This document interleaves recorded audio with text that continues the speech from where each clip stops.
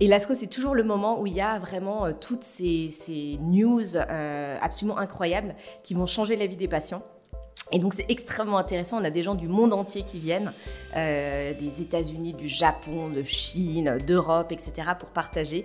Donc il y a toujours cette ambiance-là dans les salles, tu sais, t'es en fait dans un bâtiment qui n'a pas de fenêtre, donc tu passes ta journée un peu dans le noir, mais à regarder des données qui vont changer la pratique. Donc la question qui se pose, c'est comment est-ce qu'on peut avoir le meilleur partenariat pour que ces innovations arrivent sur le marché le plus rapidement possible. Et ça Pascal a vraiment fait il a pris des décisions importantes, donc savoir prendre des décisions quand on est un leader, c'est clé. Et puis savoir les prendre rapidement, no bullshit. Pascal, c'est vraiment no bullshit. Quand j'ai pris mon poste, j'avais aucun doute sur la performance. Je savais que l'équipe était extrêmement performante. J'avais aucun doute sur notre portefeuille de produits. Je savais qu'on avait plein de belles choses. Le sujet qui me gardait éveillée le soir, c'était vraiment cette question de comment est-ce que je m'assure que les équipes ont vraiment une bonne balance, une balance qui leur va. Cet épisode est enregistré avec le soutien d'AstraZeneca, laboratoire expert donc en oncologie, mais aussi dans les maladies cardiovasculaires, le métabolisme et le respiratoire. Et les maladies rares. Ainsi que les maladies rares.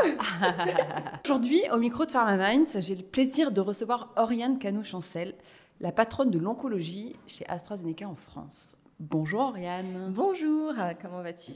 Très bien. Et toi?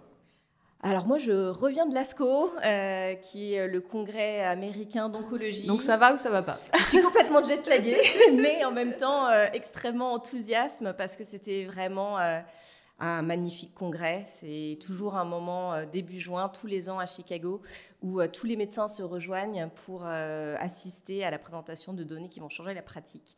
Et cette année encore, il y a eu de très très belles données présentées, donc je reviens booster. Canon. Génial, c'est ce momentum, c'est un peu la cerise sur le gâteau, parce que la raison pour laquelle je voulais que tu sois à ce micro, c'est pour nous parler bien sûr d'oncologie, parce qu'en ce moment l'oncologie c'est un domaine qui est en pleine expansion, avec, est-ce qu'on veut parler de révolution peut-être, et que AstraZeneca est présent en oncologie de manière très forte, de manière très importante, imposante. Donc c'est canon qu'on puisse t'avoir à ce micro pour nous présenter en fait ce positionnement, ce ressenti. Et puis il y a aussi une raison qui est personnelle, c'est-à-dire que voilà, je pense que ta personnalité, ton éducation, ton parcours fait que ça m'intrigue. Je remercierai mes parents.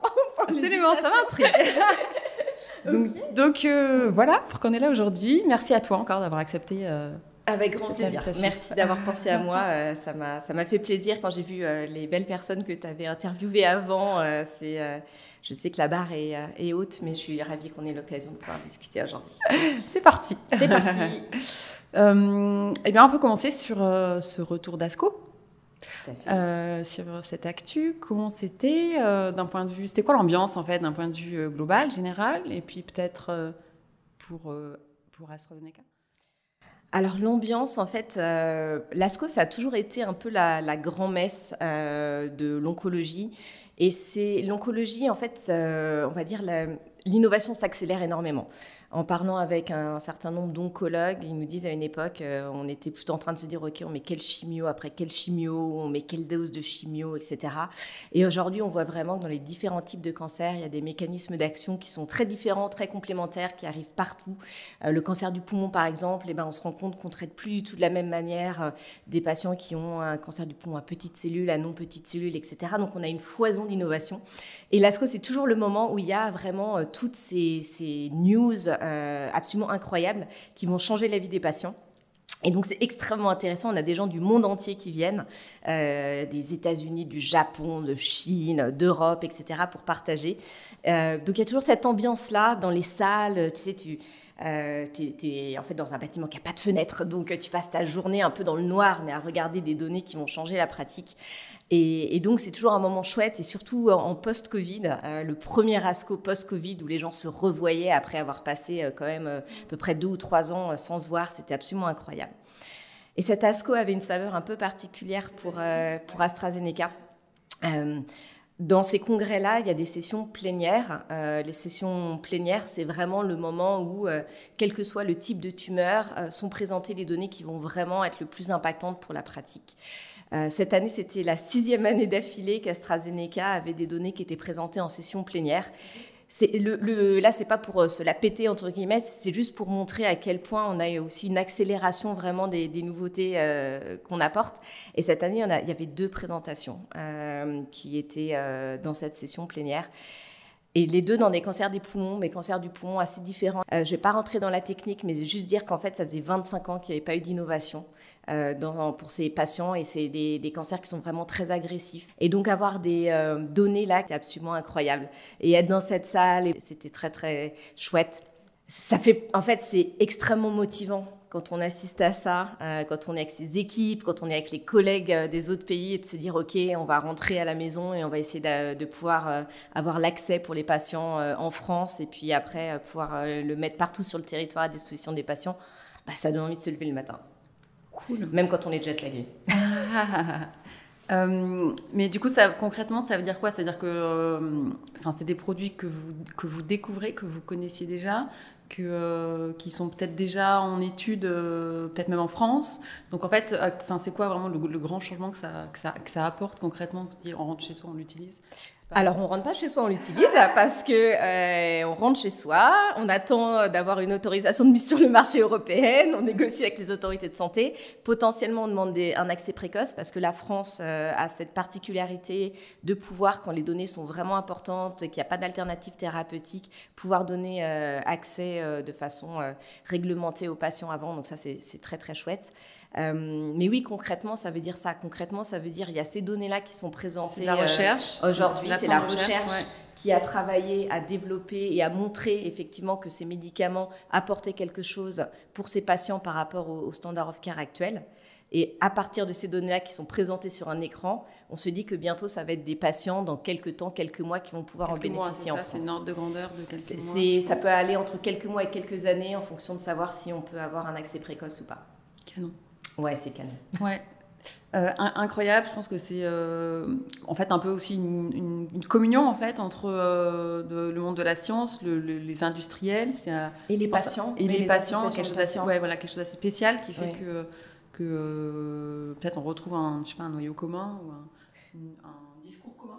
Oui, en fait, je pense qu'on voit vraiment... c'est un moment où on a tous le même objectif, je pense, à la fois les patients, les associations de patients, les industriels et les professionnels de santé, qui est de s'assurer qu'on peut améliorer en fait la survie des patients qui vivent avec un cancer, quel que soit leur type de cancer. Et c'est le moment où on se rend compte. Alors, il y a l'ASCO aux États-Unis, il y a l'ESMO en Europe aussi qui a lieu tous les ans, puis il y a d'autres congrès spécialisés, mais c'est vraiment les moments où tout le monde est là et on voit sur un écran présenté par un médecin quelque chose qui va vraiment changer la vie des patients. D'accord. Donc c'est incroyable, et je parlais avec une association de patients qui est assistée pour la première fois à l'ASCO et qui disait aussi, mais c'est incroyable en fait d'être là, de voir ces données-là, de pouvoir parler avec les médecins qui ont testé ces molécules. Ouais. C'est des moments qui rentrent un peu dans l'histoire, qui s'ancrent, quoi. C'est émouvant, en fait. Ouais, émouvant. Ça rend ça très concret. Ouais. Et on a eu la chance, alors là, c'était sur un événement interne, parce qu'on profite aussi de ces moments où les gens viennent des différents pays pour aussi se retrouver chez AstraZeneca. Et là, il y avait un patient qui avait un cancer et qui nous racontait son expérience. C'était un patient américain et qui disait, quand j'étais diagnostiquée, je pensais que c'était au printemps, je pensais que je ne pourrais pas vivre jusqu'à l'été. Donc j'étais en train de faire mes plans de succession. Voilà. Et en fait, ce patient, il a eu la chance d'être diagnostiqué avec une mutation génétique, donc il a pu bénéficier d'un type de traitement particulier. Et il venait partager son expérience avec nous et remercier les différentes personnes, que ce soit en R&D ou dans les pays qui mettent ces traitements à disposition, de ce qu'on faisait au quotidien. En fait, quand on a ça et qu'on est dans cette salle et qu'on entend ce patient qui raconte son expérience, ça aussi, ça motive. Ça motive. On se dit, oui, il faut y aller, il faut se battre, il faut qu'on arrive à avoir l'accès en France, il faut qu'on continue d'investir en R&D pour pouvoir apporter ces traitements. Au progrès de la science. Oui, je pense qu'on a tous, soit soi-même, soit des proches qui ont été touchés par le cancer. Il y a encore beaucoup, beaucoup, beaucoup de choses à faire. Est-ce que, du coup, merci pour cette intro sur l'ASCO. Est-ce que tu peux, je sais pas, faire un petit dézoom pour nous expliquer ce moment, en fait? Est-ce que ces dernières années en onco, comment ça se passe, en fait, pour les je sais pas, non-initiés en onco, pour essayer de comprendre, en fait, c'est quoi? Qu'est-ce qui est vraiment en train de changer? Est-ce que ça change vraiment? Est-ce que c'est voilà, est-ce que c'est des petites avancées? Est-ce que c'est des avancées de rupture? Qu'est-ce que ça change en termes de pratique aussi? Tu parlais, quelque chose d'intéressant, c'est de dire, en fait, on découvre des voies qui sont multi-cancers, mais en même temps, on segmente encore plus le cancer du poumon en petites cellules et non petites cellules. Comment Et avec des ça veut dire quoi? génétiques. Ça veut dire, ouais, voilà. Ça veut dire quoi, en fait? Concrètement? Ouais, les grandes lignes, en fait, de bouleversement qui se passent. Alors, je pense qu'il y a eu plusieurs lignes de bouleversement. Effectivement, il y a plein de choses qui se passent. Il y a plein de choses qui se passent chez AstraZeneca, mais pas que chez AstraZeneca, partout ailleurs. Et j'en profite pour saluer aussi tous mes collègues des autres laboratoires, parce qu'on fait tous la même chose, en fait. On se bat tous pour la même chose. Donc, historiquement, il y avait les chimiothérapies. Ou la radiothérapie, les rayons. Donc là, le but, c'était vraiment de détruire les cellules qui se multipliaient vite. Et donc, c'est pour ça aussi, souvent, les chimiothérapies font perdre les cheveux, etc. Parce que, effectivement, les cellules aussi du système pileux, etc., se divisent vite.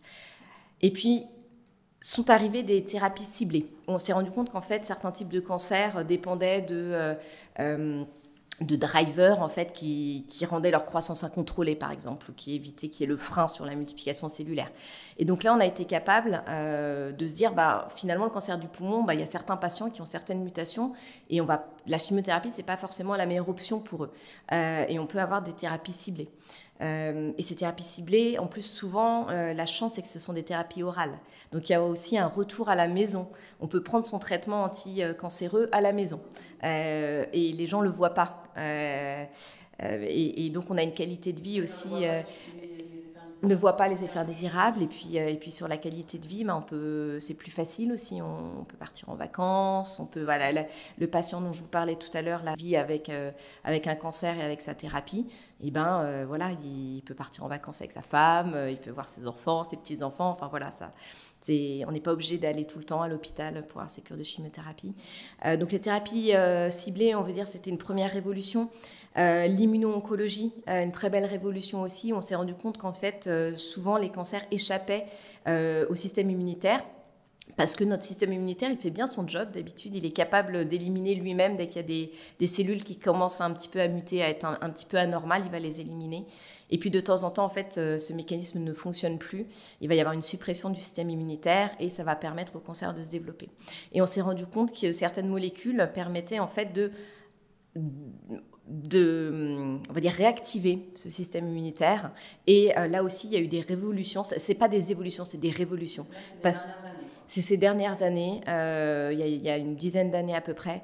Et en fait, des patients qui étaient à des stades métastatiques, donc ça veut dire où le cancer a commencé à se disperser un petit peu partout dans le corps, où d'habitude, on essaye de maintenir ces patients en vie avec une bonne qualité de vie le plus longtemps possible. Mais là, on se rend compte qu'il y a des gens, ça fait 5 ans, 6 ans, 7 ans, qu'ils ont reçu ça et il n'y a plus de signes de maladie. Donc, ils sont en rémission, peut-être en guérison, on ne sait pas encore. Donc ça, c'est absolument incroyable. Et puis, il y a les CAR T-cells aussi. Il y a des laboratoires qui ont fait des avancées absolument incroyables aussi là-dessus, en se disant, oui, nos cellules T du système immunitaire, toujours, certaines, elles ne sont pas capables d'aller vraiment s'attaquer aux cellules cancéreuses, en particulier dans les cancers hématologiques, donc cancer du sang.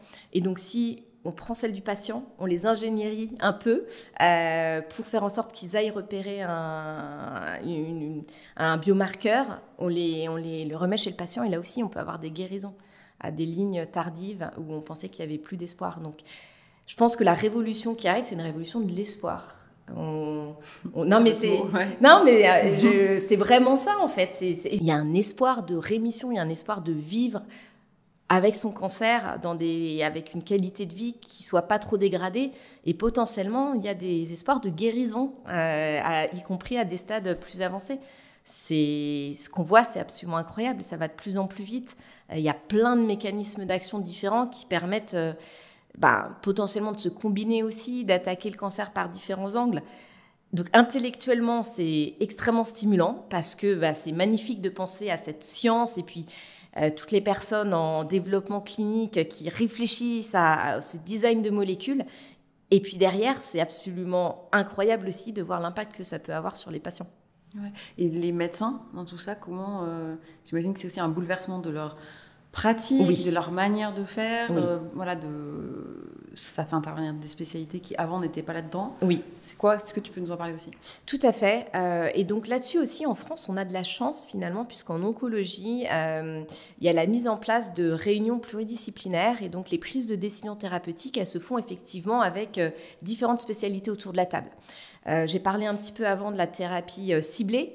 Donc, on va avoir typiquement besoin de résultats d'anatomopathologie, de biologie moléculaire pour se dire est-ce que ce patient a telle ou telle mutation. On va avoir typiquement autour de la table un chirurgien. On peut avoir des radio-oncologues pour se dire est-ce que c'est un patient qu'il va falloir, où on peut encore réséquer la tumeur, opérer la tumeur, ou est-ce que c'est un patient localement avancé où là, on va se dire on va faire de la radiochimiothérapie, puis il y a peut-être de la consolidation. Il y a évidemment l'oncologue, il va y avoir les infirmières, il peut y avoir de l'oncogénéticien si on a des mutations génétiques comme BRCA par exemple, que tu connais peut-être parce que c'est une mutation qu'avait eu Angelina Jolie et qui est une mutation qui peut se transmettre, donc c'est important aussi d'avoir l'oncogénéticien pour comprendre les implications familiales. Donc il y a vraiment cette prise en charge pluridisciplinaire. Et en France, ça fonctionne quand même pas mal du tout. Alors que pour avoir travaillé un petit peu à l'international il y a quelques années, il y a certains pays où en fait c'est beaucoup moins bien organisé ça. Et donc cette prise de décision parfois elle va être prise seulement par le chirurgien ou seulement par l'oncologue, avec parfois des pertes de chance pour les patients. Je pense qu'en France, honnêtement, de ce point de vue-là, on a de la chance.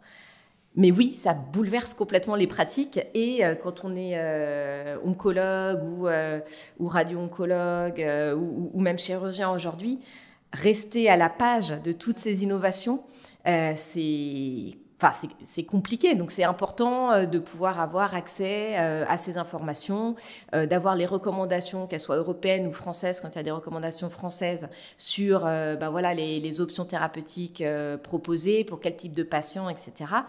Parce que ça change très très vite. D'une année sur l'autre, on peut avoir des nouvelles options thérapeutiques et il faut se tenir à la page. Et l'histoire de... Plus c'est aussi fin de diagnostiquer, plus ça demande aussi de l'expertise. L'organisation en fait, sur le territoire même de centres, est-ce que c'est de référence? En fait, comment ça se met en place aussi?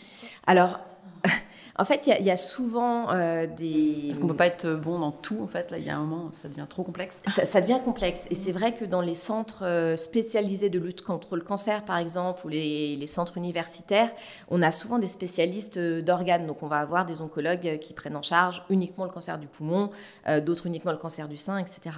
Et dans des centres un peu plus petits, où on va avoir un oncologue qui peut faire à la fois du cancer du poumon et du cancer de la vessie, ou du cancer du sein et des cancers gynécologiques, là, ça peut devenir effectivement très important de se mettre à jour, de se tenir à jour. C'est aussi là que moi, je vois vraiment un vrai rôle pour l'industrie pharmaceutique, aussi d'apporter cette information auprès des oncologues, et puis de s'assurer que les circuits pour les patients sont bien les mêmes et qu'on a les mêmes chances, qu'on soit pris en charge en fait, sujet, dans un centre expert ou dans un plus petit centre. Et je salue tout le travail qui est fait au quotidien par les oncologues partout sur le territoire. Mais c'est vrai que quand on fait à la fois du cancer du poumon, de la vessie, de la prostate, etc., et qu'on ne peut pas forcément aller dans les congrès, c'est extrêmement important de se tenir à jour. Et je vois notre rôle aussi d'aider à faire ça. De savoir à qui demander au moins. Pardon ? De savoir à quel expert demander, à qui demander. Oui, exactement. Et les tests génétiques dont on parlait avant, sur quelle plateforme de génétique ils peuvent être faits, pour quel type de patients ils doivent être faits, pourquoi c'est important de le faire. Et on se rend compte aujourd'hui en plus avec le financement des tests qui se fait via une enveloppe un peu dérogatoire qui s'appelle le RIHN. Alors je ne veux pas rentrer dans la technique, mais aujourd'hui, les tests génétiques, ils ne sont pas remboursés à 100%. Ils sont remboursés à peu près à 50%, et puis l'année suivante par rapport à l'année où ils sont réalisés. Et la problématique, c'est que dans les centres experts, généralement, ils ont les épaules pour être capables d'absorber en fait ce surcoût. Mais on peut se rendre compte que dans d'autres centres, ça peut être un problème.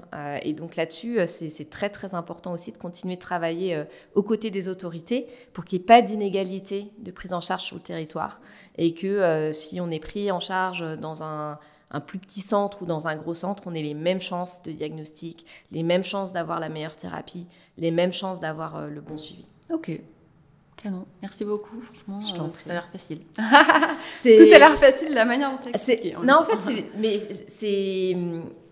c'est un travail au quotidien. Ouais. Et je tiens à saluer toutes mes équipes qui font ce travail-là au quotidien auprès des professionnels de santé pour s'assurer que les informations dont les professionnels de santé ont besoin, ils les ont, ils sont disponibles, qu'on puisse organiser ces réunions avec les centres experts, parfois avec les RCP, donc les réunions pluridisciplinaires, avec peut-être des centres experts à côté. Ça a l'air facile, mais en fait, c'est un engagement quand je dis quotidien. Ça a l'air facile, ça a l'air que c'est très clair, en fait. C'est très clair la manière dont tu l'expliques, et c'est c'est clair de comprendre comment c'est organisé. Après, la deuxième chose que je me rends compte, c'est en fait la densité. La densité de choses, du coup, à exécuter. On en parlera un peu plus tard. Parce que du coup, un monde qui bouge vite, avec autant d'informations, autant aussi importantes les unes que les autres, on en parlera un peu plus tard. Sans problème, parce qu'en particulier, alors je pense que c'est la réalité dans beaucoup de laboratoires, mais AstraZeneca en oncologie, ça accélère très très fort. Juste l'année dernière, on a eu plus de 10 résultats de phase 3 positives. Donc phase 3, ça veut dire qu'on arrive au moment où on peut avoir une AMM, un enregistrement, etc. Et c'est prévu qu'on en ait au moins le même nombre cette année, peut-être un peu plus, et encore l'année prochaine, etc. Donc c'est enthousiasmant. Et du même côté, il faut aussi s'assurer qu'on est capable d'amener tout ça sur le marché avec impact, mais aussi avec sérénité dans les équipes. Il faut des épaules solides. Je pense qu'il faut du plaisir au travail, parce que ça, c'est la première chose. Et il faut être capable, effectivement, de se dire ce qu'on fait, c'est beau, ne prenons que le côté positif et laissons le stress de côté. Ok. Bon, on reparlera de ça. D'abord, j'ai envie que tu nous racontes un peu ton parcours. Qui tu es, d'où tu viens, quel est ton background pour faire ça aujourd'hui. Alors, mon background, moi, j'ai un profil peut-être un peu atypique pour la pharma, même si je pense qu'il y en a de plus en plus. Moi, je suis ingénieure de formation, je suis polytechnicienne, mais j'ai su depuis assez petite que la santé m'intéressait. Je pense que je lisais Sciences et Vie Junior à l'époque, je ne sais pas si tu avais ça aussi. Et c'était les débuts de l'épigénétique. Donc, l'épigénétique, c'était... comprendre qu'en fait, même avec le même patrimoine génétique, l'expression des gènes est régulée par tout un tas de facteurs, en particulier environnementaux, etc. Et je me disais, waouh, c'est absolument incroyable tout ce qu'il y a. C'était aussi un peu les débuts des thérapies ciblées.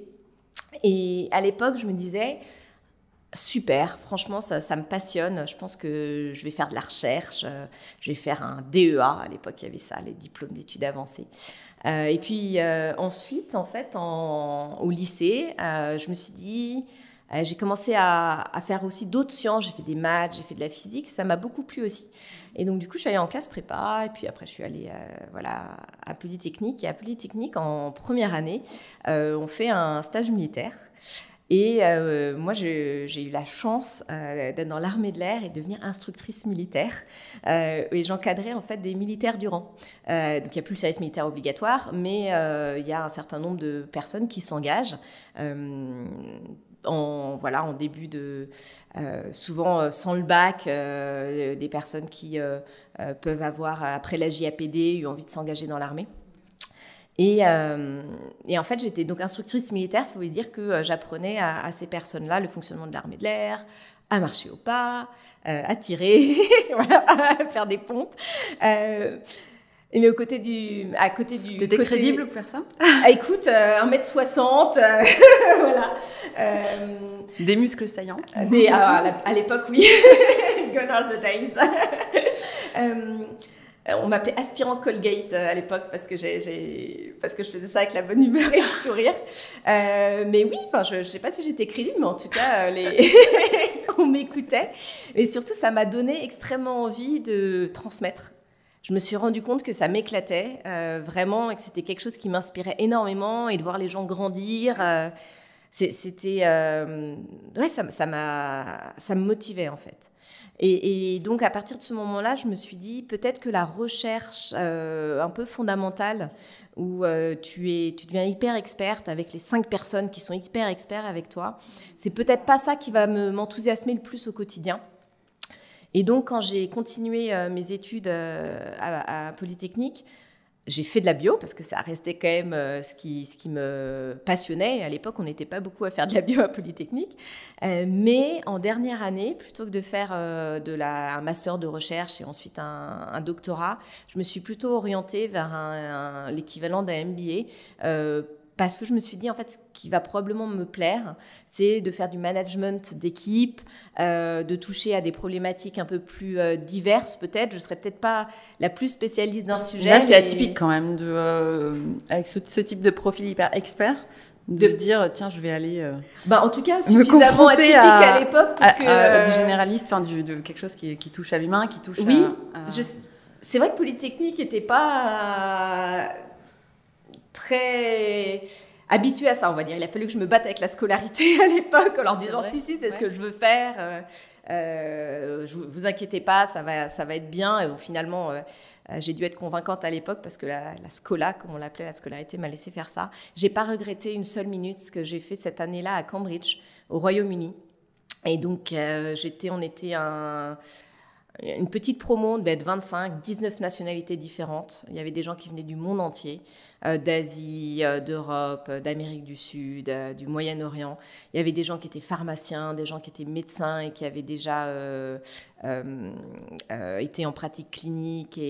Enfin, c'était absolument incroyable. Je me suis dit, waouh, en fait, c'est super d'être avec ces gens qui ont des idées différentes, qui abordent les problématiques de façon différente. Et ça m'a ouvert les chakras un petit peu. C'est marrant parce que du coup, c'est marrant que tu dises que même la scolarité en fait faisait pas trop confiance à ce genre de parcours, de parcours. Je veux dire, en fait, c'était un peu la conclusion de tes études et un peu la spécialisation, la tonalité que tu voulais donner à ton parcours, et c'était pas bien vu, quoi. Disons que c'était... alors, je pense que... Ça a changé, peut-être. Oui, bien sûr. C'était moi, ça remonte un petit peu. Je te dirais pas depuis combien de temps, parce que mais ça remonte un peu. Non, mais c'est intéressant, en fait. Parce que, à l'époque, c'était pas très professionnalisant.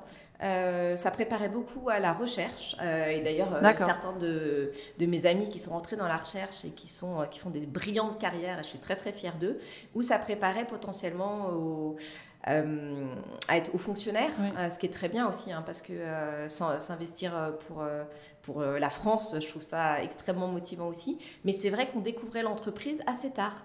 Et je crois que ça a beaucoup changé. Maintenant, je parle souvent avec des jeunes. J'ai des jeunes qui m'appellent pour me demander un petit peu des conseils de carrière. Et j'ai l'impression qu'il y a beaucoup plus. Oui, c'est comme l'entrepreneuriat n'était pas du tout valorisé. À l'époque, c'était beaucoup moins valorisé, alors que maintenant, il y en a beaucoup qui font ça. Donc voilà, ça c'est mon début de carrière. Cambridge, vraiment l'attrait de l'international. Et puis je suis rentrée en France et en fait je ne savais pas encore complètement quels pouvaient être les types de jobs en fait dans la pharma. Et donc j'ai commencé ma carrière dans le conseil en stratégie. Dans un cabinet qui s'appelle LEK, qui était une petite boutique consulting, où j'ai travaillé beaucoup sur des due diligence, donc c'est des fonds d'investissement qui se posent la question de faut-il investir ou pas dans tel type d'entreprise, de biotech, donc extrêmement formateur. J'ai travaillé là aussi avec des gens extrêmement inspirants. Et ça m'a beaucoup appris, à faire du PowerPoint, entre autres. très, très gros skills. Tu as découvert une passion. Passion PowerPoint, passion Excel. Blague à part, ça permet quand même de comprendre un peu comment fonctionnent les entreprises, faire de la finance, etc. Donc ça a été très formateur. Et ensuite, mes premières amours, j'ai pu les rejoindre dans la pharma. Mais venant de la stratégie, du coup, je suis d'abord rentrée sur un poste plutôt en stratégie globale, business développement, avec des questions de faut-il aller tout seul ou avec un partenaire sur le marché des États-Unis. Et ça, c'était il y a une dizaine d'années. Il y a un peu plus de 10 ans. Plutôt une quinzaine d'années. toutes les décisions d'investissement à l'époque étaient prises dans ce département. On travaillait au quotidien avec le CODIR Monde. Donc là aussi, c'est super quand on est assez jeune et qu'on voit à quel point ces leaders sont inspirants, quand on voit comment ils prennent leurs décisions. On apprend énormément. Tu as un exemple à dire, une situation tu t'es dit alors, je ne sais pas s'il écoute ce podcast, mais à l'époque, le CEO d'Ipsen était Marc de Garidel, qui depuis a travaillé dans beaucoup de biotech avec énormément qui est passé de à ce succès, micro. Oui. Qui est passé à ce micro. Et il était... alors, il y avait une décision qui devait être prise de lancer un produit aux États-Unis. Et la question se posait, il n'y avait pas vraiment de footprint, enfin de présence très très forte aux États-Unis. Donc, cette question s'était posée. Il y avait eu des contacts pris avec d'autres entreprises là-bas. Et puis finalement, Marc de Garidel a pris la décision qui, avec le recul, était une très bonne décision de lancer ce médicament avec les propres forces Ipsen. Et ça a été un grand succès. Et de voir cette prise de décision et puis quels étaient les éléments qui ont permis de la prendre, c'était... Il raconte un peu cette histoire d'ailleurs dans son épisode, donc pour ceux qui sont intéressés. Et je vais le regarder d'ailleurs cet épisode parce que je l'ai pas vu, donc tu m'enverras le lien. Mais enfin, je pense que tu avais dû le trouver extrêmement inspirant. Moi c'est un des premiers leaders de pharma que j'ai vu opérer au quotidien, et c'était une révélation. Et puis après, j'ai rejoint AstraZeneca. C'est quoi qui t'a impressionné? Alors, ce qui m'a impressionné, c'est à quel point il était stratégique et hyper proche de tout le monde, en fait. Il avait un leadership de proximité. Moi, j'étais toute jeune à l'époque. Je découvrais la pharma. Et on avait des discussions. Il parlait à tout le monde avec beaucoup, beaucoup de proximité. Il s'intéressait... honnêtement et sincèrement à la vie des uns et des autres. Et ça, c'est incroyable d'avoir ce niveau d'écoute, ce niveau de proximité. Ça donne envie de le suivre, en fait. D'accord. Et je retrouve ça aujourd'hui chez Pascal Soriot, qui est le CEO d'AstraZeneca, et qui est vraiment incroyable. Vraiment incroyable. Et ce qu'il a fait d'AstraZeneca sur ces dernières années et ce qu'il prévoit de faire sur les années qui viennent, est extrêmement inspirant. Ouais. On va en parler, bien sûr. D'accord. Et donc, du coup, après, tu arrives chez AZ. J'arrive chez AZ. Quand même. Donc, je passe quelques temps chez Ipsen. J'apprends énormément. Je rencontre des gens absolument incroyables, dont certains sont encore des amis aujourd'hui. Et AstraZeneca m'appelle en me proposant un poste beaucoup plus opérationnel, en filiale, pour diriger l'équipe marketing à l'époque en psychiatrie. On avait un produit très, très intéressant dans les troubles bipolaires et la schizophrénie. Et je découvre cette proximité qui me manquait un petit peu dans mon poste au global avec la prise en charge des patients. Et donc là, au quotidien, je vais rencontrer des psychiatres un peu partout en France pour comprendre la prise en charge aujourd'hui. Hier, parce que c'était il y a quelques temps. Mais malheureusement, ça progresse pas si vite que ça. Je pense que tu pourrais faire 3-4 podcasts sur la santé mentale en France, mais il y a encore beaucoup de choses à faire. Mais donc, je découvre ce poste de chef de gamme, c'est comme ça que ça s'appelait, Head of Marketing, direction d'équipe. Du coup, j'avais des gens vraiment super dans mon équipe. Je travaille pendant quelques années en psychiatrie. Ensuite, je rejoins l'équipe Diabéto, où on avait un traitement dont on essayait d'avoir l'accès en France, qui était lancé à plein d'autres endroits du monde, et on avait du mal à le lancer en France. Donc là, ça a été une expérience où j'ai beaucoup appris aussi parce que malheureusement, cet accès en France a été difficile juste sur l'indication diabéto. Donc AstraZeneca, à cette époque, a été obligé de faire un plan social et d'accompagner un certain nombre de personnes vers des reconversions. Et vivre ça avec des gens avec qui on a travaillé au quotidien, c'est... Sachant qu'il y en a beaucoup aujourd'hui qui doivent vivre ça en ce moment. Oui, tout à fait. C'est des transformations. Et c'est... fréquent. C'est malheureux. Enfin, oui, ça arrive. AstraZeneca aujourd'hui est plutôt en période de recrutement et j'y viendrai. Mais c'est vrai que ça a été un moment ben, voilà, il a fallu se serrer les coudes, il a fallu aussi humainement être à l'écoute des anciens collègues à moi, en fait. Je reviendrai sur ces histoires de cycle. Mais je te laisse terminer sur ton parcours oui. Pour arriver aujourd'hui.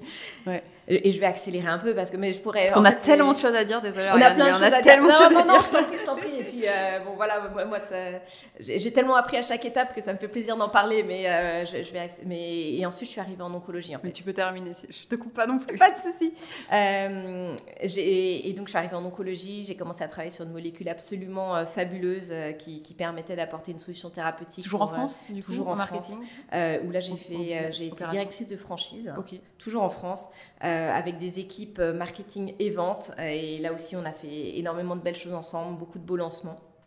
Et ensuite, j'ai rejoint les équipes internationales. Donc, je suis retournée à Cambridge, un peu plus âgée et un peu moins étudiante qu'à l'époque, où là, j'ai travaillé au quotidien avec les équipes R&D. J'ai découvert un métier très différent de ce que je faisais en filiale. Et pendant 3 ans, j'ai pu travailler sur le portefeuille d'immuno-oncologie dans le cancer du poumon, travailler au quotidien avec les équipes de R&D, de stats, et là, tu te dis quoi là, quand tu... Et alors, je me dis quoi? Alors là, je me dis... Waouh, je pars de la filiale France où j'ai démontré que j'arrive à faire un certain nombre de choses. Les gens me connaissent, ils savent que je peux avoir un impact. Je pars au global, personne ne me connaît. Je travaille qu'avec des gens très très seniors dans leur poste. Je me dis ok, ils sont hyper experts, je me remonte les manches, je me relance dans les statistiques d'études cliniques pour les nuls, 180 pages de c'est quoi un alpha, c'est quoi les endpoints d'une étude, et je me remets beaucoup en question. Et ça a été un moment absolument incroyable, parce que j'ai rencontré des personnes absolument super. Pendant 6 mois, c'était juste avant le Covid. Hop, le Covid arrive. Et je suis au global, en confinement. Donc, toute ma journée derrière un écran à faire des conf calls. Sur des sujets que tu maîtrises à peu près. Sur des sujets que je me mets à maîtriser de plus en plus, mais dans des... les décisions sur les études cliniques ont des impacts tellement importants. On parle de plusieurs centaines de millions, voire de milliards d'euros d'impact, que la décision doit être prise avec vraiment l'input et les avis d'énormément de personnes. Donc, on est dans des meetings où il y a une vingtaine de personnes, une trentaine de personnes, avec des tours de table, tout le monde qui parle en anglais, avec des accents différents, et des objectifs un petit peu différents. C'est-à-dire que la recherche et développement, leur objectif, c'est d'avoir une étude positive. Mais si c'est la 5e dans ce type de patient et que finalement, il n'y a plus tellement de besoin médical, alors au moment où elle a été designée, évidemment, il y avait un besoin médical, mais parfois, il se passe plein de choses entre le début d'une étude et le moment où on a les résultats. En fait, eux, ça ne les concerne pas tellement parce que leur objectif, c'est que l'étude soit positive. Alors que quand on... voit le côté plus commercial et puis ensuite aussi affaires médicales, le but c'est de répondre vraiment à un besoin médical. Donc parfois il y a besoin de modifier les études cliniques en cours de route pour s'assurer qu'on peut répondre à certaines problématiques particulières. Et c'est répondre à un besoin médical par rapport à une concurrence aussi, à un marché qui s'est établi. Tout à fait. Ouais. Et si on est la 4e option thérapeutique, il n'y a plus tellement de besoin médical. Donc autant... mettre cette énergie, cet investissement aussi, temps et argent, dans des options qui vont avoir plus d'impact pour les patients. Donc voilà, donc c'était 3 ans où j'ai beaucoup grandi. Tu parlais des épaules, du stress, etc. Là, c'est aussi des 3 ans où on est confronté assez régulièrement au Senior Executive Team, c'est comme ça que ça s'appelle chez AstraZeneca, où on doit aller expliquer si on veut faire des changements de protocole en cours de route, si on veut lancer une nouvelle étude ou si parfois on veut arrêter une étude parce qu'on pense qu'elle ne répond plus à un besoin médical. Aller présenter ça à Pascal Soriot, à la leadership team. Ça oblige à être succinct, concis, parce que ces décisions-là, on n'a pas 3h30 pour pouvoir les expliquer, donc il faut vraiment être capable de donner un contexte très clair, de donner les implications de façon très claire. Il faut avoir pensé à toutes les implications pour les différentes fonctions, les différents pays, un peu partout. Et puis être capable de gérer, entre guillemets, le stress de la question. Évidemment, la question à laquelle on n'avait pas pensé. Et puis savoir travailler encore de façon cross-fonctionnelle. Ça, c'est un moteur pour moi au quotidien. Mais c'est vrai que quand on passe du côté du global, on travaille aussi avec plein de fonctions avec lesquelles on ne travaille pas quand on est en filiale. Et être capable de leur montrer l'apport qu'on peut avoir. Et leur simplifier un peu les implications, c'est génial. Est-ce que tu as un exemple aussi de, je sais pas, quand tu as voulu modifier un endpoint ou demander d'arrêter une étude? Alors, j'ai eu les deux. j'ai eu, alors je sais pas si la chance ou voilà, mais on avait un portefeuille assez large, d'études. Alors, je vais te donner un exemple d'une étude qu'on a dû arrêter, alors que c'était une très, très belle étude. C'était une étude qui permettait de tester dans des patients au stade résecable, donc au stade où on peut encore enlever la tumeur, l'apport de l'immuno-oncologie en fonction de la présence ou pas de ce qu'on appelle minimal residual disease. Donc, avec des tests très précis, on est capable de voir s'il y a encore en fait, de l'ADN qui circule dans le sang, même si on n'arrive plus à voir vraiment la présence de tumeurs, ça permet de se rendre compte si on a toujours un petit peu de tumeurs résiduelles. Et ça, c'est très, très important parce que s'il y a encore un peu de tumeurs résiduelles, il y a un risque de reprise, de métastase, etc. Et donc, en fait, cette étude, elle était fondamentalement extrêmement intéressante, scientifiquement extrêmement intéressante, sauf qu'on s'est rendu compte en cours de route que l'essai, le test qu'on devait utiliser était assez difficile à utiliser en pratique clinique parce que c'était en routine, parce que c'était un test personnalisé, donc il fallait être capable de récupérer d'abord l'ADN du patient pour voir ensuite s'il était présent en ADN tumoral circulant. Ça prenait beaucoup de temps, c'était assez peu faisable en pratique clinique. Et on s'est aussi rendu compte avec d'autres études qui, entre-temps, ont monté des résultats, qu'en fait, c'était compliqué de ne pas offrir l'option thérapeutique de donner de l'immuno-oncologie à ces patients vu les résultats qu'il y avait. Et donc, le design de l'étude, en fait, ne répondait plus à la pratique clinique par rapport au moment où il avait été designé. Alors que c'était une très belle étude. Prendre cette décision, se poser les questions en se disant est-ce que finalement le test en pratique clinique il va pouvoir être applicable ou pas? Probablement pas. Est-ce que le niveau de sensibilité est suffisamment important pour se dire ok, même avec les nouveaux changements, avec les nouvelles études, ça reste cliniquement pertinent? Non, probablement pas. Et en fait, avoir le courage aussi de se poser toutes ces questions-là et de se dire finalement, en fait, cette étude qu'on a designée tous avec le cœur, on se rend compte qu'elle n'est plus adaptée, donc on va l'arrêter. Parce qu'en fait, cet argent et ce temps des personnes, il sera mieux investi ailleurs, où il y a un autre besoin médical. Ça demande du courage, ça demande un travail cross-fonctionnel, ça demande de serrer les coudes entre la recherche clinique, le commercial, les affaires médicales. Mais c'était, avec le recul, la meilleure décision à prendre. Et aujourd'hui, on se rend compte qu'on a un portefeuille chez AstraZeneca où il y a tellement d'options, et il y a tellement de possibilités d'investir ce temps et cet argent pour avancer la pratique dans d'autres typologies de cancer ou d'autres stades de la maladie que vraiment, on a eu raison de faire ça. En fait, il y a aussi la notion de il n'y a pas de temps à perdre. C'est-à-dire qu'il faut prendre la décision, mais il faut la prendre vite. Tout à fait. Et y compris quand on a mois. Déjà dépensé du temps, de l'argent. On sait qu'on a un biais parfois, c'est humain. Quand on a déjà investi beaucoup de temps dans quelque chose, on se dit non, mais on va quand même pas arrêter maintenant parce qu'en fait, regardons tout ce qu'on a déjà fait. Mais en fait, il ne faut pas réfléchir comme ça. Il faut vraiment réfléchir en se disant, ok, sur le futur, quel que soit le temps qu'on y a passé, est-ce que je perds ou pas? Est-ce que ça vaut le coup que ce temps-là et cet argent-là, ils sont investis là? Ou est-ce qu'il y aura un meilleur bénéfice pour les patients s'il était investi ailleurs? Et ces biais, et en être conscient et être capable de les surmonter, ça demande un travail d'équipe. Et c'est pas toujours évident. Et plus on investit de temps, et surtout quand c'est des projets sur lesquels on a été investi depuis le début, on a l'impression que c'est un peu nos bébés, et être capable de parfois dire non, on va sunset, on va arrêter cette étude.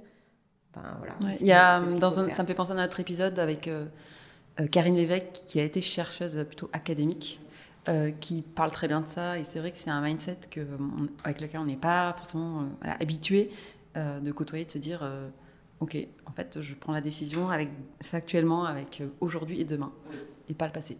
Et il y a évidemment un peu d'émotion parce qu'on est tous humains, mais il faut aussi savoir en être conscient et prendre cette décision-là en faisant abstraction de l'attachement qu'on peut avoir à une étude. Mais c'est important aussi d'être capable d'expliciter pourquoi on arrête les choses. Et c'est extrêmement important aussi de présenter, quand il y a des études qui sont négatives, de présenter les résultats. Parce que ça fait avancer la science aussi, de se dire on a testé cette approche, ça fonctionne pas, donc on a appris un truc. On a appris quelque chose, et ça permet d'éviter que d'autres fassent la même erreur et d'autres passent du temps, de l'argent, etc. dans une approche qui finalement n'est pas la meilleure. Okay. Bon, merci beaucoup, c'est super intéressant. On va revenir à une espèce de base, en fait. C'est Pascal Soriot qui arrive chez AstraZeneca en 2012. Il récupère une entreprise qui est qualifiée de moribonde. J'ai lu ça. Donc, je me dis que des décisions comme ça, en fait, il a dû avoir quasi que ça sur la table quand il a débarqué. Il lance, donc il arrive en 2012. En 2018, il lance, on va faire quelque chose de différent dans le cancer du poumon. Est-ce que, pour toi, c'est ça, on y est, il y a eu quelque chose de différent, Alors en fait, ce qui a été très différent avec Pascal Soriot, ça a commencé au moment où Pfizer a essayé de racheter AstraZeneca. C'était en 2014. Moi, je venais d'être approchée par AstraZeneca. J'avais dit oui. J'avais donné ma démission dans ma boîte d'avant. Et 2 jours après, je vois que Pfizer veut racheter AstraZeneca. Donc, je me dis, oups, j'aurai peut-être plus de boulot, mais c'est pas grave. J'y crois. Parce que la façon dont Pascal Soriot a réussi à défendre AstraZeneca du rachat, c'est en disant, d'ici 2023, vous avez tout intérêt à continuer à être derrière AstraZeneca parce qu'on va faire 45 milliards de chiffre d'affaires. Et vous n'aurez pas ce niveau de profitabilité si AstraZeneca est vendu à Pfizer. Et de succès. En interne, il racontait ça ? Il racontait ça en interne. D'accord. Il racontait ça en externe. C'est un moment pivot de se dire, c'est en un fait, moment il a tourné une OPA en mode... En fait, il fallait y croire, de l'attaque. Et il fallait y croire, en fait, parce que c'est vrai qu'à l'époque, le terme moribond est probablement pas si éloigné de la réalité, et il a réussi à convaincre les gens qu'il y arriverait. Et pour la petite histoire, il l'a fait. Il a réussi. C'est ça qui est... après coup, on peut se dire c'était facile. C'était facile. Et en fait, ça a continué, le chiffre d'affaires a continué de décliner encore pendant pas mal d'années après 2024, parce qu'il y a eu des pertes de brevets. Après 2014, parce qu'il y a eu des pertes de brevets, pendant etc. 4 ans, encore jusqu'à à peu près 2018. Mais en parallèle de ça, ce que Pascal a fait, c'est regarder encore le portefeuille de produits, et entre autres en oncologie. Ouvrir les placards. Il a ouvert les placards. Et dans les placards, il a vu des molécules que certains avaient rangées en disant... non, mais ça, c'est un peu... C'était les pubs Renault, ça ne marchera jamais. Mais pas jeté. C'était rangé, mais pas jeté. C'était suffisamment bien rangé sous la poussière pour qu'il n'y ait pas eu derrière vraiment de volonté d'investir et de continuer de développer. Et à l'époque, donc avant Pascal Soriot, les gens s'étaient dit « Oh là là, compliqué, oh là là, vraiment médecine de niche, risqué, on ne sait pas faire... on continue pas le développement. Et en fait, la R&D, avec le soutien d'AstraZeneca et de Pascal Soriot, ils ont travaillé sur une molécule spécifique qui était bien designée, donc il y a eu des résultats montrés. Et ça a fonctionné. Et donc tout ça, c'est Pascal qui a soutenu avec évidemment les équipes R&D l'investissement en se disant, bah oui, c'est peut-être un peu risqué de ne pas faire un one size fits all, un médicament qui fonctionne pour tout le monde. Mais finalement, c'est ce qu'on fait aujourd'hui. On est AstraZeneca, on est pionnier en médecine de précision et on a aujourd'hui des plateformes de mécanismes d'action qui sont extrêmement variées. Je pense une des plus variées de l'industrie, avec des possibilités du coup de combinaison, parce qu'on a des médicaments qui permettent directement de tuer les cellules cancéreuses, d'autres qui permettent de renforcer le système immunitaire ou de remplacer le système immunitaire pour lutter contre la tumeur. Si on met les deux ensemble potentiellement, on peut éviter d'avoir des échappements, on peut vraiment cet espoir de guérison, au quotidien, ça nous anime. En fait, je suis impressionnée en fait, parce que Bon, enfin, c'est... ce qui est cool, et tu vas nous raconter, c'est que bon, tu as peut-être 2 points communs avec Pascal Soriot. C'est Oula, j'aimerais bien, mais... Si, tu es française, je suis française. Et ça fait une dizaine d'années que tu es dans l'entreprise. Oui. Donc du coup, je pense que tu comprends. Il n'y a pas de barrière culturelle quasiment avec cette personne, tu comprends en fait. Moi, ce qui m'impressionne, c'est le côté... la médecine de précision, la médecine de niche, c'est assez nouveau. C'est des choses, ça fait 10 ans, 15 ans que ça existe. Ça n'existait pas. C'est des modèles en fait qui émergent. En fait, qu'il faut. C'est un secteur pionnier, quoi. Il faut rendre possible ce genre d'approche, autant en termes de R&D, comme tu dis, de faisabilité, de mise sur le marché, que d'enregistrement, que de pricing. Et du coup, Pascal Soriot, c'est pas un perdreau de l'année, si je peux le qualifier comme ça. Non, mais du coup, il a appris en fait sur du mass market. Alors, il a appris. Ces gammes, il les a fait sur des grands produits. Oui. Et du coup, mais en oncologie aussi. Hein. Il est passé. En oncologie, mais il faut aussi être capable de se remettre en question. J'imagine même pour lui, peut-être qu'un jour, qui sait, il viendra à ce micro, mais il faut aussi être capable de se remettre en question pour se dire, en fait, même si moi j'ai appris comme ça, même si le secteur s'est construit comme ça, l'avenir ne sera pas comme ça et je vais le faire. Et il est extrêmement visionnaire. C'est dur de ce point de vue-là. C'est pas dur, c'est complexe, c'est compliqué ce qu'il a fait. C'est très compliqué. C'est une vision, c'est ça. En fait, je pense que ce qui le caractérise, c'est d'être vraiment effectivement visionnaire et d'être à l'écoute aussi beaucoup des cliniciens. Et des experts, et de comprendre aujourd'hui qu'est-ce qui les intéresse, qu'est-ce qui les intrigue, même à des stades vraiment très précoces, où est-ce qu'ils pensent qu'il peut y avoir vraiment des révolutions.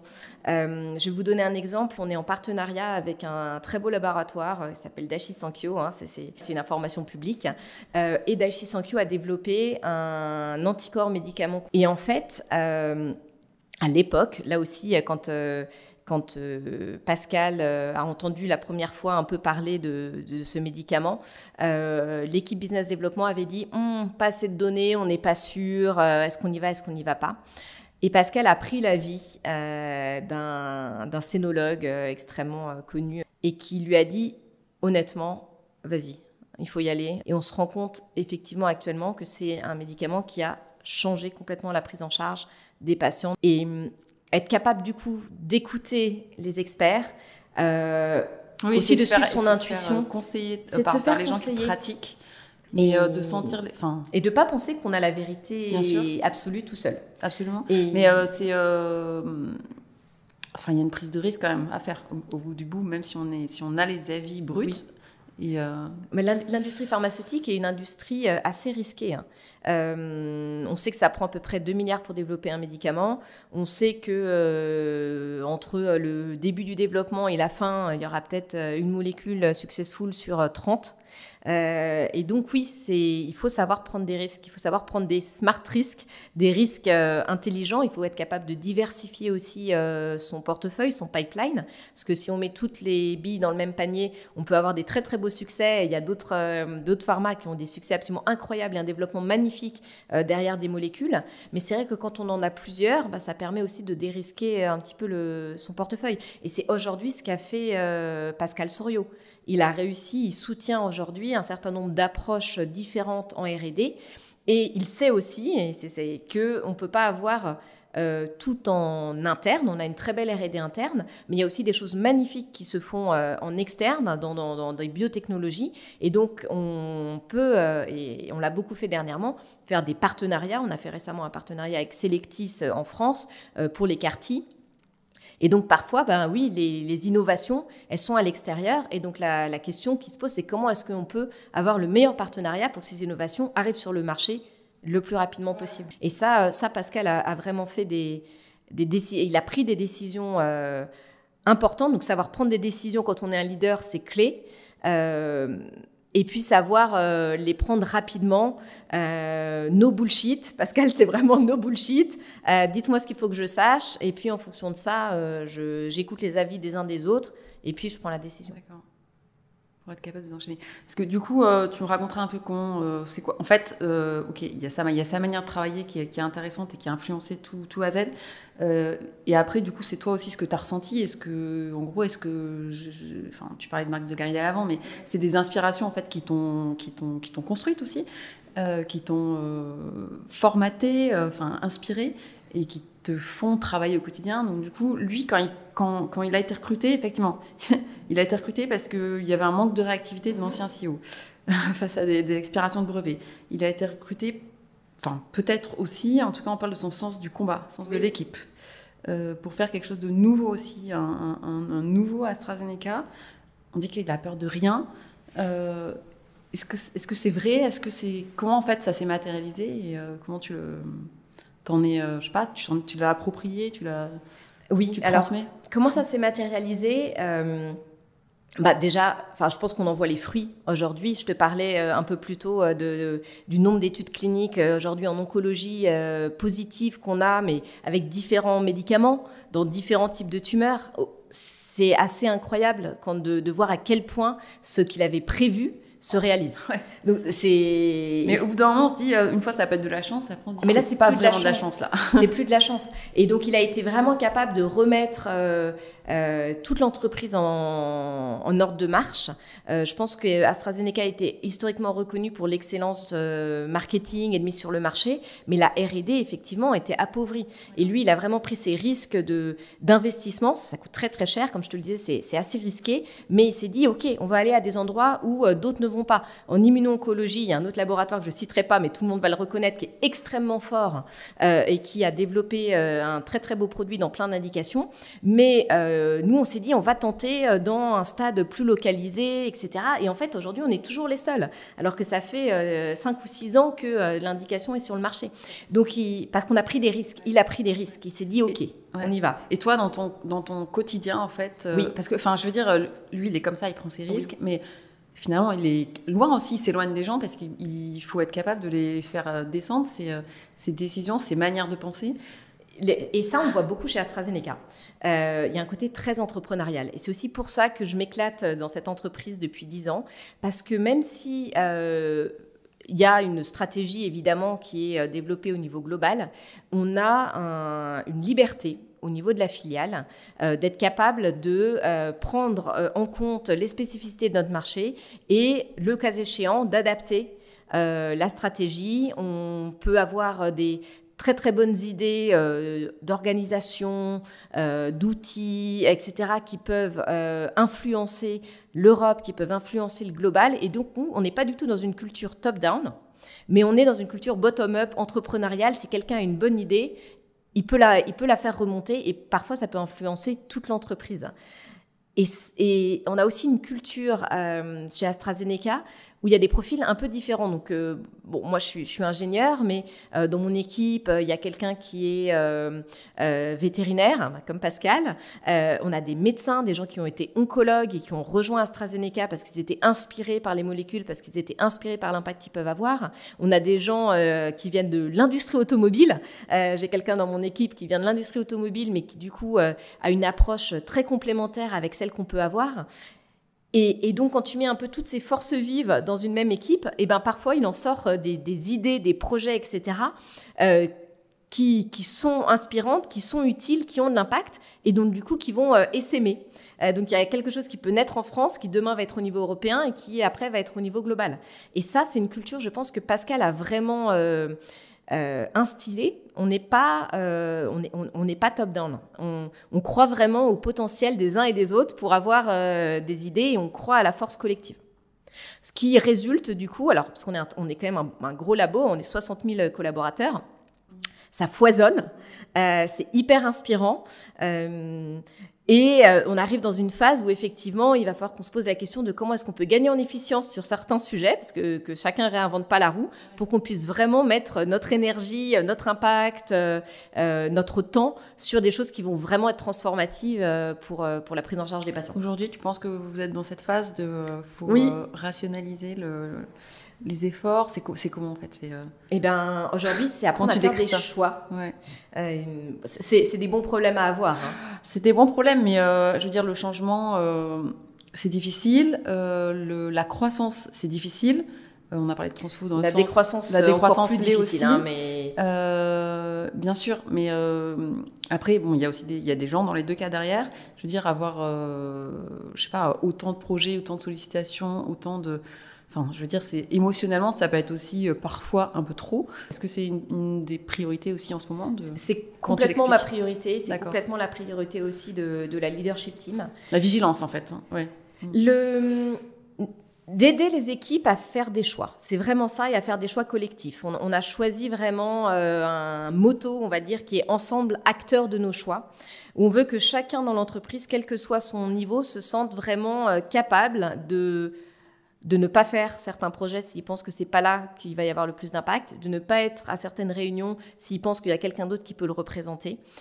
On a un portefeuille aujourd'hui, on a beaucoup de choses à faire pour les patients, beaucoup de choses à faire pour les professionnels de santé.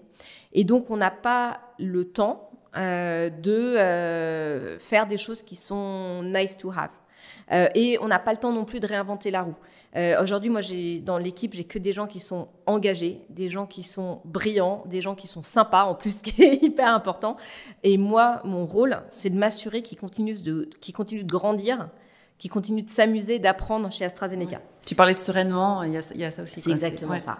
C'est évidemment que de la pression, il y en a, parce qu'on a besoin de continuer de réinvestir en R&D, etc. Et ça ne peut être fait que si on atteint nos objectifs. Parce que derrière, cet argent pour la R&D, ça veut dire de futurs médicaments pour les patients. Donc, on a des objectifs à atteindre. Mais moi, mon rôle, c'est de faire en sorte que la pression, elle ne descende pas sur les équipes, que les équipes, ils se sentent sereins pour faire leurs projets, qu'ils aient du temps pour aller parler aux professionnels de santé partout en France pour comprendre leurs problématiques, mais leurs vraies problématiques, pas juste ces études de marché, qui soient au quotidien avec les délégués médicaux, avec les RMR, etc., pour comprendre aujourd'hui ce qui peut vraiment avoir de l'impact. Et puis que dans leur journée de travail, vraiment, ils aient le temps de réfléchir, de se focaliser, et puis que le soir et le week-end, ils aient le temps de faire autre chose. Parce que je pense qu'on est beaucoup plus impactant et qu'on est bien meilleur dans son travail si on a le temps, le soir et le week-end, de se ressourcer, que ce soit en faisant du sport, que ce soit en lisant, que ce soit en passant du temps avec ses amis. Et ma responsabilité, c'est de m'assurer que mes équipes ont le temps de faire ça, que quand ils sont au travail, ils aient les bonnes conditions pour avoir de l'impact, qu'ils soient capables de le mesurer, mais que quand ils rentrent chez eux, ils soient chez eux. Et tu fais quoi s'il y a quelqu'un qui te dit j'ai été obligée d'ouvrir mon ordi ce week-end ? Eh bien, j'en parle, en fait. J'en parle avec eux. Alors, c'est marrant parce que je lisais une étude qui disait que certaines personnes étaient très engagées et qu'en fait, si eux, ça leur allait dans leur rythme de finir un peu plus tôt, mais de rouvrir le soir, leur dire il ne faut pas rouvrir le soir, c'était contre-productif. Mais donc, la question que je pose aux différents membres de l'équipe, c'est est-ce qu'aujourd'hui, tu trouves que tu es équilibré ? Et en fait, l'équilibre, il est très différent d'une personne à une autre. Il y a certaines personnes qui sont très équilibrées en bossant 10 heures ou 11 heures par jour parce qu'en fait, ils sont tellement investis dans leur boulot que c'est ça c'est une force vitale. Et puis, il y a d'autres personnes où, si jamais ils sont obligés un soir de rouvrir leur ordi, là, ça les déséquilibre. Et donc, c'est vraiment cette question-là que je pose en fait aux gens, c'est comment est-ce que tu en es toi ? Je ne demande pas ta charge de travail, mais ton équilibre. T'as raison, parce qu'à même charge de travail, certaines personnes sont tout à fait OK. C'est des moments de vie de chacun. C'est ça. Et ça, ces questions sur les moments de vie des uns et des autres, on le prend vraiment en compte. On essaye de le prendre. Alors, on peut tous s'améliorer. Hein. Oui, non, mais j'imagine que c'est pas parfait, mais c'est pour savoir, en fait... C'est pas des problèmes faciles, et puis même, je veux dire, c'est l'humain, c'est un peu comme la santé mentale, c'est biaisé déjà par rapport à ce que nous on ressent, on s'autorise à ressentir. Donc le déclaratif, il est fin, mais je veux dire, au final c'est un burn-out à la clé, donc. Et j'espère honnêtement qu'on n'y arrive pas là, et donc. Non, mais c'est quand même le risque de ce genre de situation. Surtout quand les personnes sont très engagées. Voilà, mais c'est le cas. En fait, vous avez des produits qui. Et donc, j'essaye là-dessus de montrer aussi l'exemple. Moi, je me suis, en revenant en France, mise à l'escalade parce que ça me force, c'est un plaisir. Mais je me dis qu'il y a, voilà, il y a quelques soirs dans la semaine où je vais aller faire du sport.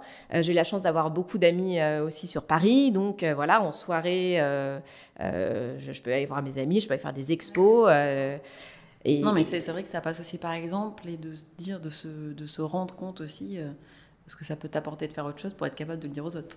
Oh, tout à fait, tout à fait. Et là-dessus, je suis assez transparente et je sais que j'ai un nombre de personnes talentueuses dans l'équipe incroyable. Il y a des gens qui font de la musique, des gens qui font du sport, et c'est top. Ou des gens qui regardent Netflix. Et c'est super bien aussi de prendre du temps pour soi, pour faire autre chose.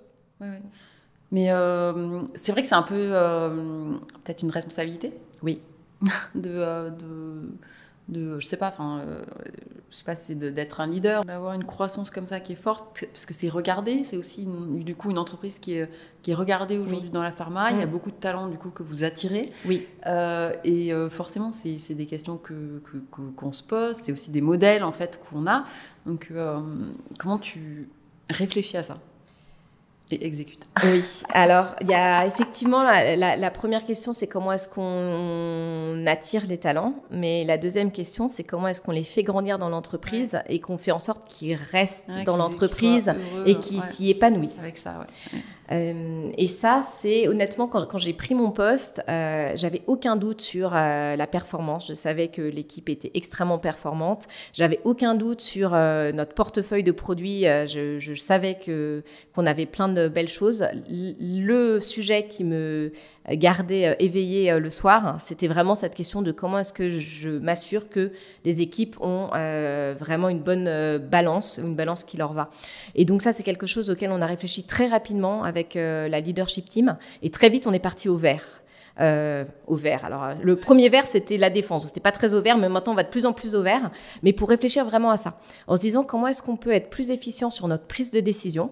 Comment est-ce qu'on peut la décentraliser de plus en plus pour éviter qu'en fait les processus soient sclérosés par « ah bah oui, mais il faut que ça remonte, il faut que ça remonte ».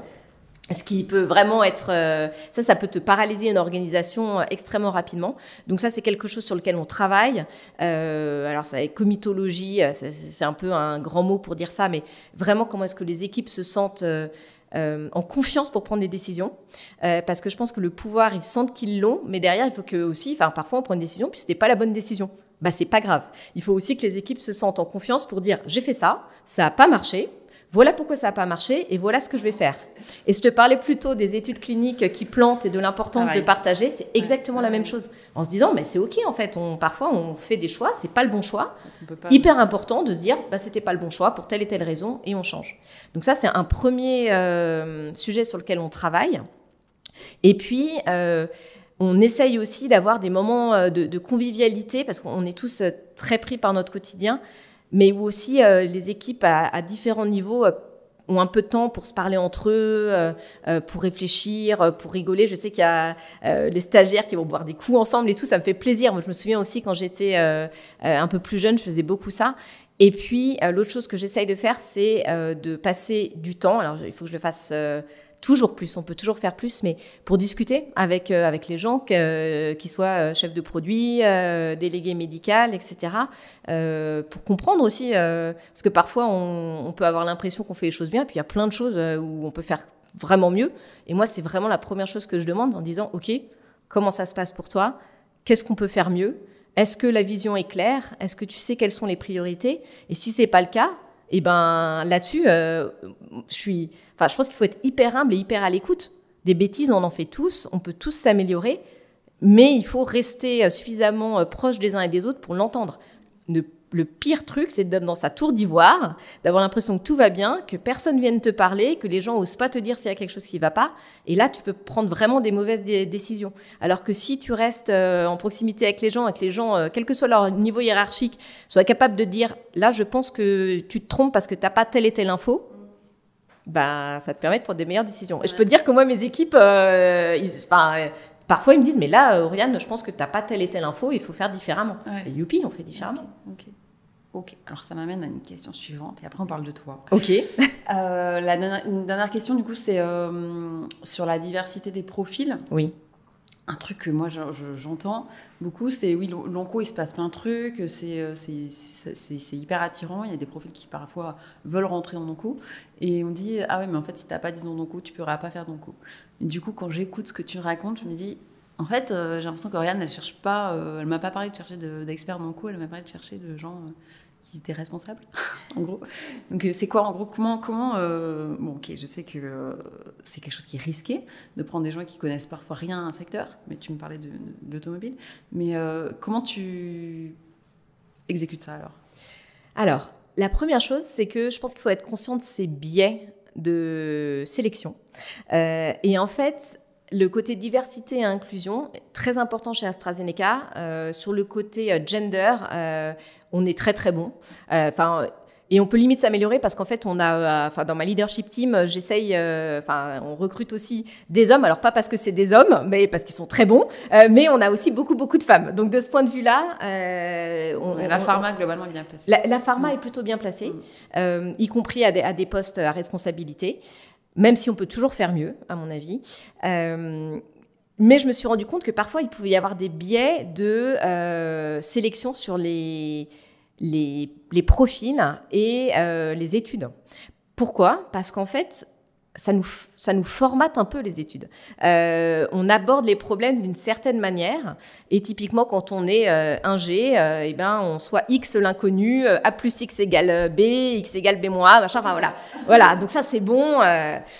Alors que les médecins, par exemple, eux, ils vont aller ouvrir plein de portes parce qu'avec une certaine donnée de départ, pour poser un diagnostic, il faut ouvrir des portes, fermer des portes, ouvrir des portes.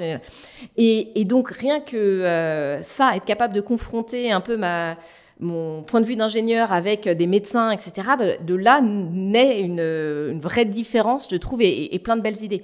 Et donc, pour le recrutement, typiquement, on essaye de faire en sorte de mettre dans le panel de gens qui vont recruter des gens qui vont avoir des expériences et des profils un peu différents pour s'assurer qu'on n'a pas un biais de sélection et qu'on ne recrute pas que des petits clones qui ont la même façon d'aborder les problématiques. Ça veut dire aussi qu'au début, dans les équipes, il faut vraiment faire attention au style aussi de leadership des uns et des autres. Il y en a certains qui vont spontanément prendre la parole. Il y a d'autres personnes qui vont moins prendre la parole, mais ça ne veut pas dire qu'ils ont moins de choses à dire ou que c'est moins intéressant, au contraire. Et donc, il faut aussi réfléchir à ça. Comment est-ce qu'on peut donner la parole à chacun dans des comités de direction ou même dans des équipes où il y a des profils un peu différents. Donc, se forcer à faire des prises de décision où chacun a le temps de parler, etc. Donc, sur le recrutement, on fait vraiment ça. On essaye de recruter avec différents panels. Et puis ensuite, pour garder les personnes motivées et les faire grandir, AstraZeneca, pour le coup, est assez bon, je dirais, pour permettre des parcours, en fait, des parcours croisés, soit en France, alors des gens qui vont avoir commencé en chef de produit, qui vont vouloir aller sur le terrain, qui vont devenir délégué médical, qui finalement se disent, en fait, les affaires médicales, ça m'intéresse, je vais peut-être devenir médecin chef de produit, ou alors je suis intéressée par le diagnostic moléculaire, puisqu'on est très présent dans la médecine de précision, donc en fait, je vais peut-être faire ça, ou alors du market access, parce que c'est quand même assez important de pouvoir apporter l'accès aux molécules en France, et donc on a énormément d'exemples de personnes qui ont fait plein de types de postes différents, qui sont rentrées sur un poste, qui en ont fait plein d'autres, en France, à l'international, etc. Et en prenant parfois effectivement des smart risks sur le développement des gens, en se disant oui, il coche pas, il n'a pas fait toutes les expériences qui feraient de lui le candidat absolument parfait, mais il a fait telle et telle chose qui sont hyper intéressantes et on pense qu'en fait ça va pouvoir apporter la diversité. Il n'y a pas quelqu'un qui met un veto à un moment en fait en disant mais il y a Maurice qui est à côté, prenons. Après, si Maurice est un super candidat, prenons Maurice. Et globalement, si on a des super candidats en interne, essayons de faire grandir nos personnes en interne aussi. Bien sûr. Mais je trouve toujours ça intéressant d'avoir aussi des personnes qui viennent de l'extérieur, soit d'autres entreprises pharmaceutiques, soit vraiment d'autres secteurs d'activité, et qui peuvent apporter cette vision un petit peu différente, qui peuvent challenger nos façons de faire, y compris sur la façon dont on interagit avec les professionnels de santé. On peut, en fait, je te le disais au début, on a les mêmes objectifs. Donc, on a vraiment un partenariat à établir et parfois, on est un peu transactionnel trop dans nos interactions alors qu'on peut vraiment construire sur le long terme. Ouais. Et là-dessus, des personnes qui viennent de l'extérieur peuvent nous apporter de belles idées. D'accord, de la ressource, ouais. Écoute, merci beaucoup, Ariane. Je t'en prie. Franchement, c'est canon. J'ai envie de parler un peu de toi maintenant. Dis-moi. Pour terminer. On va reparler un peu de tes collaborateurs, mais en gros, c'est plus qu'est-ce qui est important pour toi. Je sais pas si c'est tes collaborateurs, je sais pas si on parle de valeurs. À quoi t'es attachée? Je sais pas. Honnêtement, dans les relations. Ouais, je suis vraiment attachée à voir grandir les gens. Et quand je réfléchis à mes 10 ans de carrière chez AstraZeneca, j'ai eu des beaux succès de performance. On a eu des moments un peu difficiles où il a fallu arrêter des promotions de produits, en reprendre d'autres, monter des partenariats, etc. Mais quand je réfléchis à vraiment ce qui me fait le plus plaisir au quotidien, c'est quand j'ai des personnes de mes équipes d'avant qui m'appellent en me disant tiens, je me pose telle et telle question sur ma carrière, qu'est-ce que t'en penses? Ou des gens qui sont plus chez AstraZeneca, mais qui ont beaucoup grandi chez AstraZeneca et ça leur a apporté d'autres opportunités que je vois devenir avoir beaucoup d'impact, être extrêmement successful, suivre leur cœur. Ça me fait plaisir. Et de me dire, OK, je reste en contact avec ces personnes, je vois comment ils grandissent. Et ça, c'est top. Ça, t'aimes bien les voir se développer, mais je voulais dire plutôt dans les attitudes, en fait, ou les comportements, tu vois. Alors, la collaboration. Ok, qui partagent, en fait, qui travaillent ensemble. Qui travaillent ensemble, qui soient solidaires. En fait, on n'est pas du tout... se serrer les coudes. Il y a suffisamment de belles choses à faire pour chacun. On n'est pas en lutte les uns contre les autres. On a des talents extrêmement complémentaires. Et moi, ce que j'adore, c'est voir les gens se saisir de projets et dire ça, je vais le faire, je vais le porter, je vais le faire avec un tel, et ça va être un beau succès. Donc, cette solidarité, pour moi, c'est hyper important. La responsabilité aussi. De se dire, OK, je fais ce projet-là, je prends la décision, je l'assume. Et puis, si ça fonctionne, youpi, on célèbre. Et puis, si ça fonctionne pas, c'est pas grave, mais on assume. On est franc, on met pas la faute honnête. Sur quelqu'un d'autre. Exactement. On met pas sous le tapis. Et c'est important, en fait, parce que il n'y a pas de conséquences à faire, ça arrive des fois de pas prendre la bonne décision. Vaut mieux s'en rendre compte suffisamment tôt. Et donc là-dessus, la transparence, pour moi, c'est quand même une valeur qui est extrêmement importante. Et puis, derrière, on fait tout ça quand même pour les patients. Et je pense qu'on ne vient pas en oncologie par hasard. Beaucoup d'entre nous sont là aussi parce qu'ils ont eu des proches qui ont été touchés. Et cet engagement patient et le fait vraiment de faire toujours l'extra mile et de pas s'arrêter juste à c'est moyen, mais vraiment de s'assurer que c'est de là que ça vient, parce que j'avais une question autour de l'ambition, en fait. Oui. Je veux dire, parce que c'est c'est déjà, vous avez déjà atteint un niveau qui est très bien. Les perspectives, c'est en gros de faire x2 dans les 5 ans. C'est ça. Donc, du coup, il y a quand même une histoire de... Tu cherches des gens tu aimes en fait des situations où il y a beaucoup d'ambition. Et du coup, c'est lié à l'extra mile des patients. C'est lié à quoi? C'est l'extra mile des patients. Et qu'on soit clair, le chiffre d'affaires, en fait, c'est juste... la transmission, la matérialisation en chiffres du fait qu'il y a des patients qui sont identifiés, qui sont traités et qui sont traités pendant la bonne durée de traitement.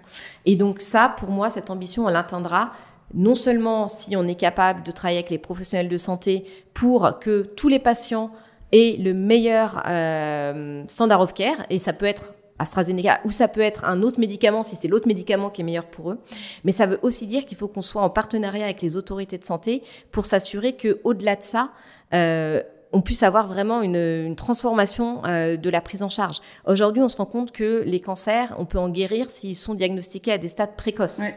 Cancer du sein, le dépistage aujourd'hui, c'est à peu près 50% seulement des femmes qui le font via le dépistage organisé. Comment est-ce qu'on peut s'investir pour s'assurer que toutes les femmes peuvent le faire? Le cancer du poumon, c'est la même chose. Aujourd'hui, il n'y a pas de dépistage organisé en France, il y en a partout en Europe. Comment est-ce qu'on peut travailler ensemble pour s'assurer que c'est démontré, que ça fonctionne, que les patients puissent l'avoir? Ça, pour moi, c'est aussi notre engagement. On doit être engagé pour s'assurer que vraiment de bout en bout, les patients aient les meilleures chances de guérison.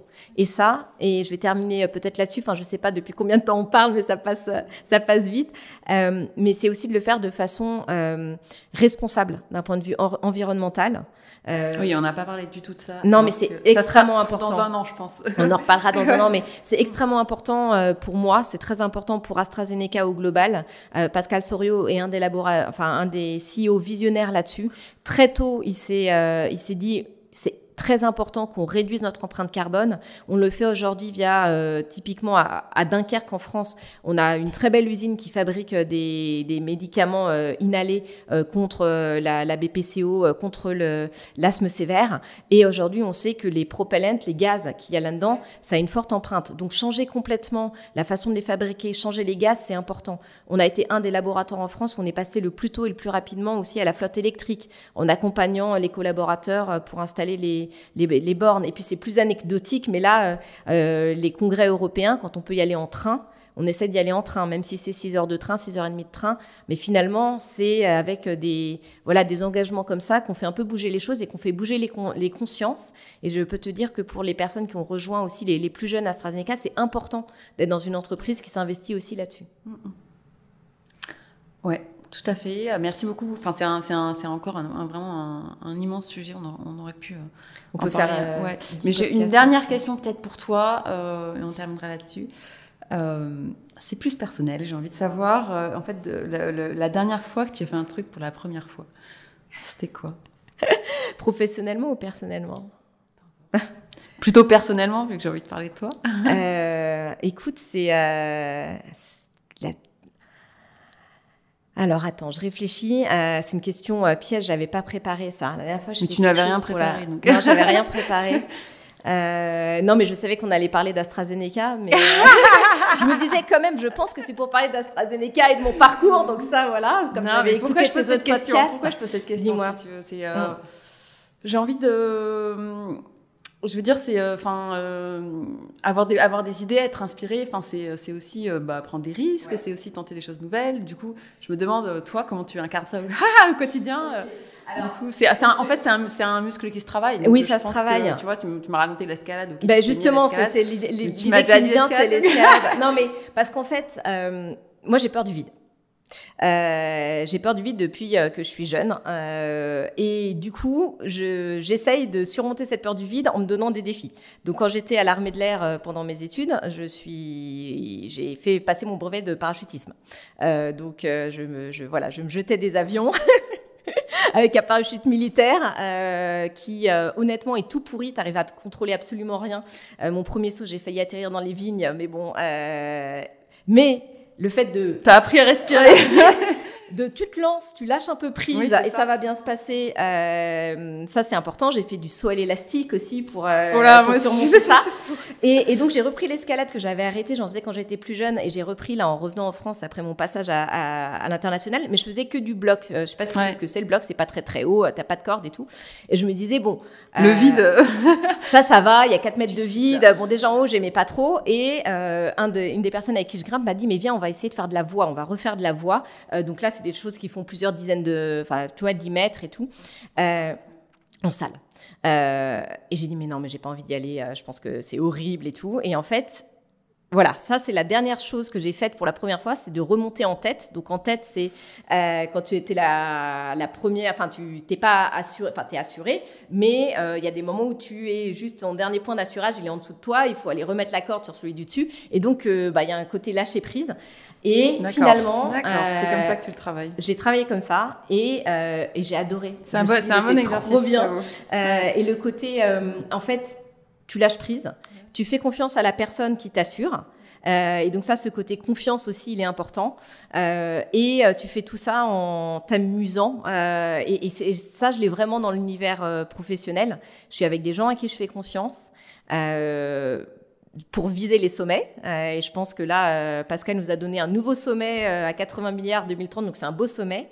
Mais en prenant du fun, en fait, tout au long. Et ça fait, je sais pas combien d'années que je bosse dans l'industrie pharmaceutique et il n'y a pas un seul jour où j'ai l'impression que je suis pas au bon endroit.